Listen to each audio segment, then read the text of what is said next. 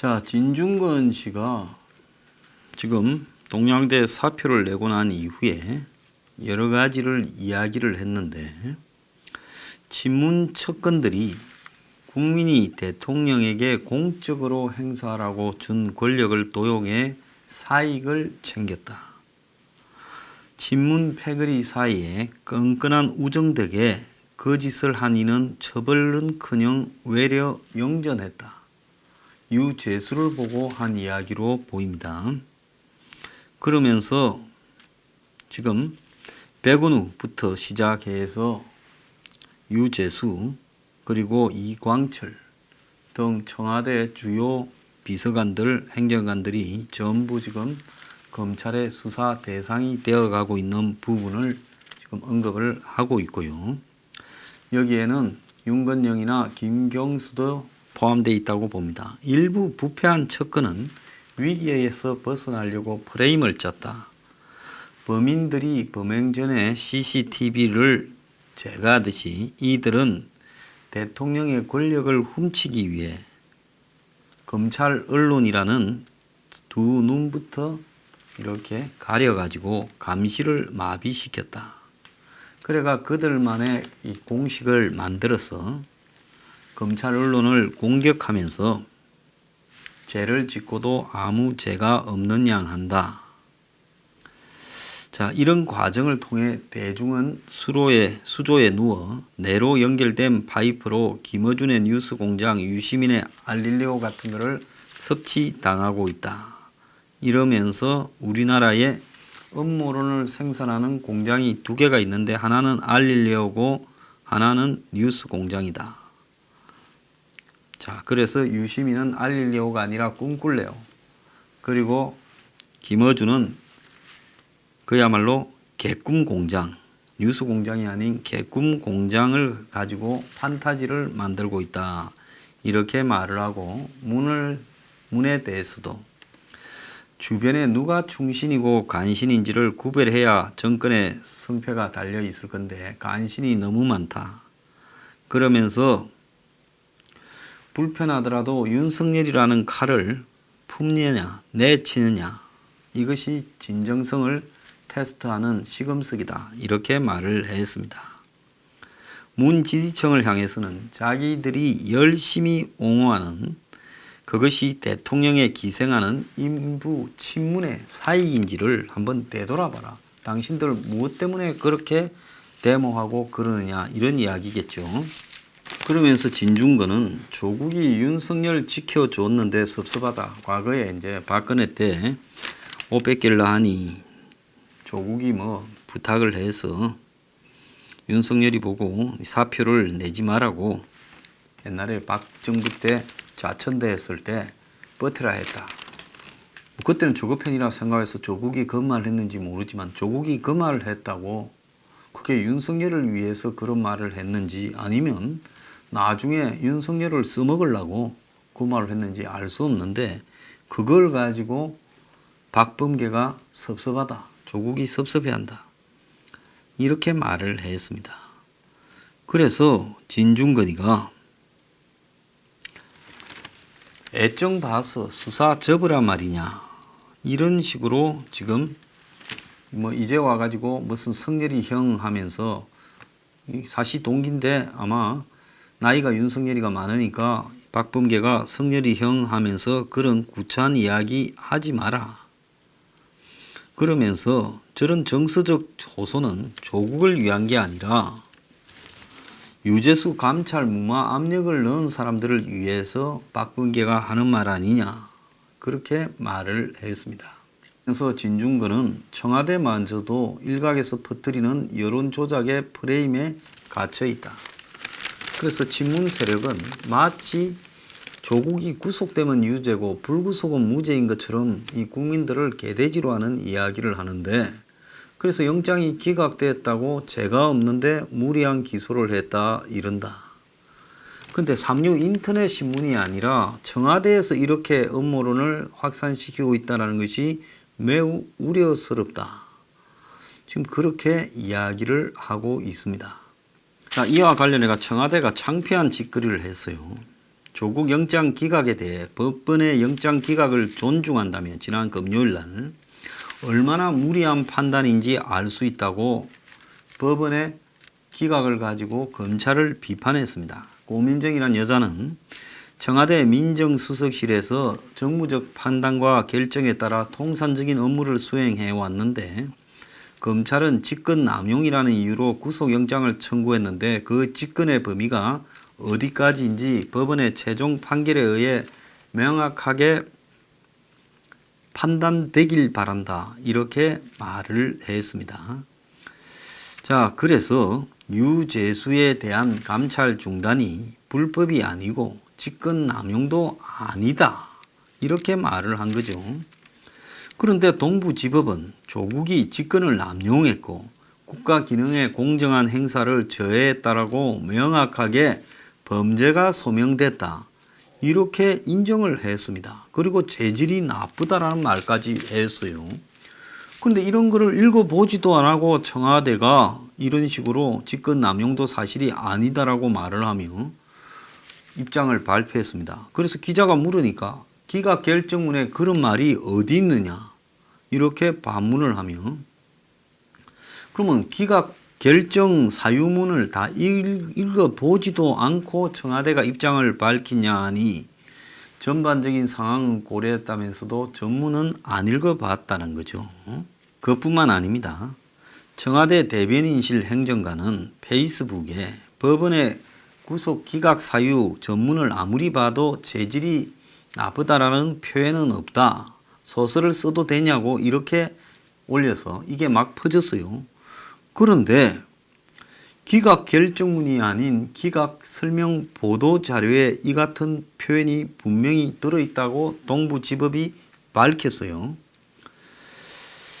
자, 그래서 법원이 언급한 부분을 찬찬히 다 읽어보고 성명을 내지도 않고 청와대가 이렇게 지금 마치 사찰 무마가 정무적 판단이라고 법원이 인정했다고 프레임을 짜다가 결국은 청와대에서 사찰 무마의 범죄가 확인이 되었다라고 공식적으로 이렇게 확인돼 버리는 망신을 당했다. 이렇게 진중권 씨가 말을 한 겁니다. 자, 결정문에서 대한 범죄로 볼 수 없는 이유로 감찰 무마를 통해 자신의 이익을 취하지 않았다.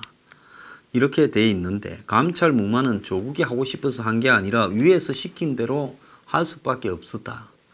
그래서 조국이 이익을 못 취한 거다.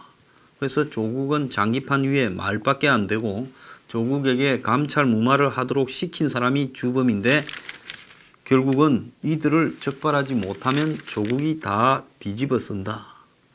그래서 비리를 저지른 친문들이 자신을 향한 검찰의 칼을 피하기 위해 급조해낸 하나의 프레임이 윤석열이가 검찰주의자다 하면서 검찰의 이익만을 추구하고 있다. 이렇게 이야기를 하고 있습니다. 그리고 진중권 씨는 울산시장 선거 개입 사건은 파장이 역대 나온 사건과 비교할 수 없을 만큼 큰 건데도 불구하고 여기에 대해 여권이 심각성을 못 느끼고 있다 이렇게 말을 하고 있어요. 굳이 진중권 씨의 입장을 빌지 않더라도 조국의 영장이 기각되니까 자, 금요일 날 저녁에 검찰 규탄 집회를 하기로 했던 촛불 집회 단체가 대검 앞에서 하기로 했던 단체가 페이스북에 이제 쉬고 충전하자면서 집회를 안 한다고 했다는 겁니다. 그러니까 검찰개혁 집회가 조국 구속 방지 청부업자 아니었냐 이런 지금 의심까지 나오고 있습니다. 이 집회는 21세기 조선 어열단이라는 단체가 해왔는데 9월 달부터 지금 12월 달까지 서울 서초동 여의도에서 검찰개혁 집회라고 계속 해왔는데 촛불 집회에 참여했던 친문단체라는 거예요.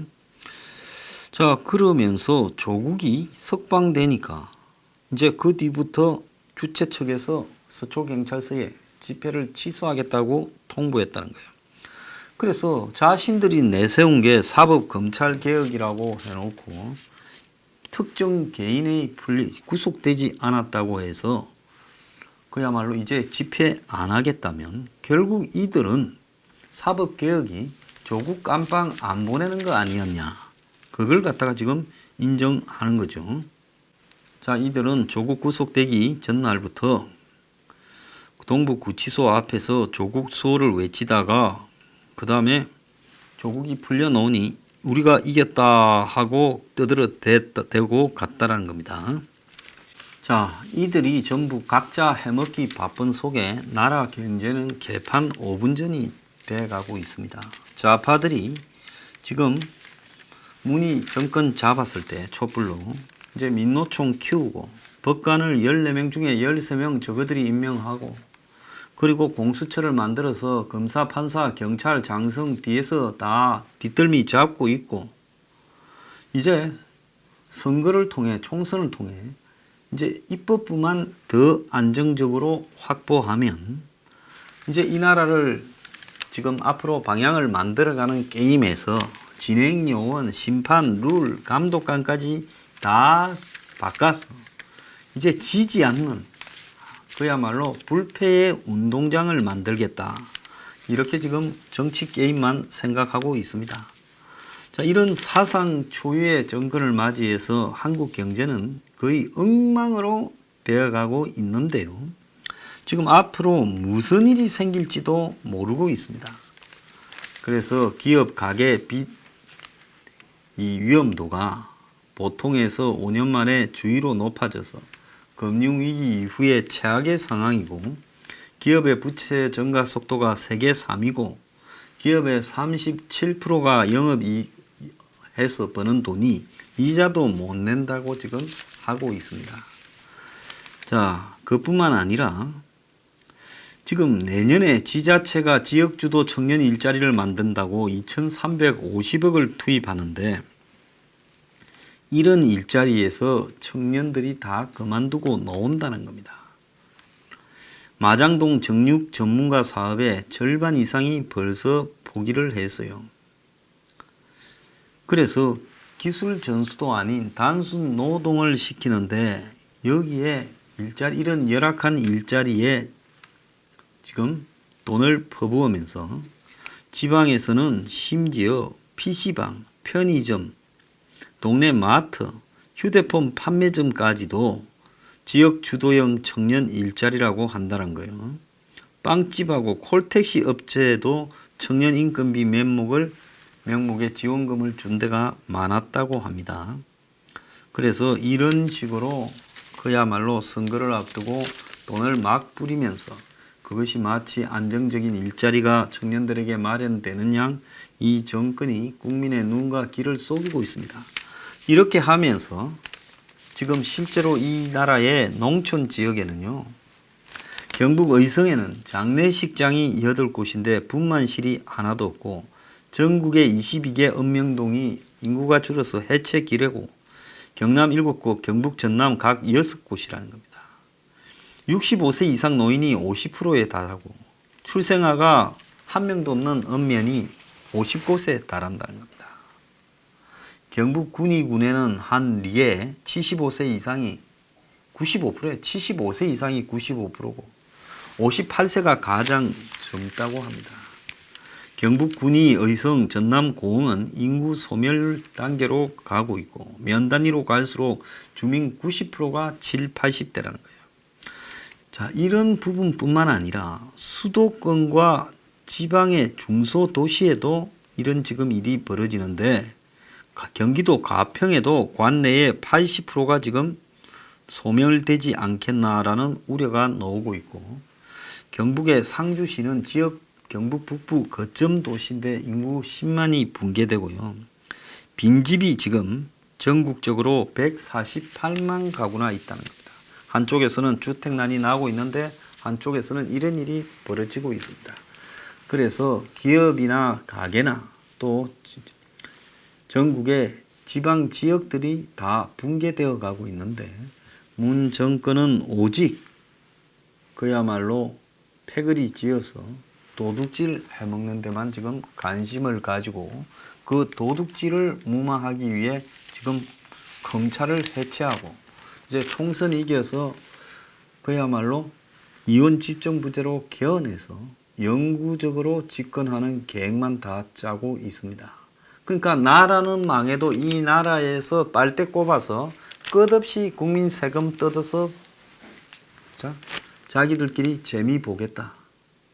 그리고 그나마 남은 기업들 뜯어먹겠다. 지금 이 생각만 하고 있습니다. 뭐든지요 이렇게 바꿔놓으면 될 것 같지요. 근데 도가 지나치면 밑에서 썩어 문드러지기 시작하면서 나중에 다 뒤집어지게 돼 있습니다. 아무리 제도를 독재를 하도록 바꿔놔도요 이 나라가 그래도 국민들이 민주주의 맛도 봤고 지금 좀 정신이 헷가닥해서 제정신 못 차릴지라도 곧 아마 이런 부분에서 국민들의 지금 시각이 다시 정리될 거라고 봅니다. 그 타이밍이 언제냐. 아무리 문이 돈을 풀어가지고 밑으로 뿌려서 경제를 유지한다 하더라도 이제 경제가 본격적으로 나빠지면 풀 돈도 없을 거다. 이제 그때쯤 되면 아마 국민들이 다 들고 일어나는데 그냥 일어나는 게 아니라 진짜 죽창 들고 일어나서 도둑놈들 다 잡아라 할 겁니다. 그러니까 결국은 그때까지 갈 수밖에 없다. 그때까지 가면 고통스러운 사람들이 너무 많지요. 그렇게 되지 않기를 바랐는데 이제 배고파서 죽창 들고 일어나는 지경까지 가는 수순으로 지금 가고 있습니다. 결국 그렇게 해서 정리되면 이 나라에는 엄청난 후유증이 남을 겁니다.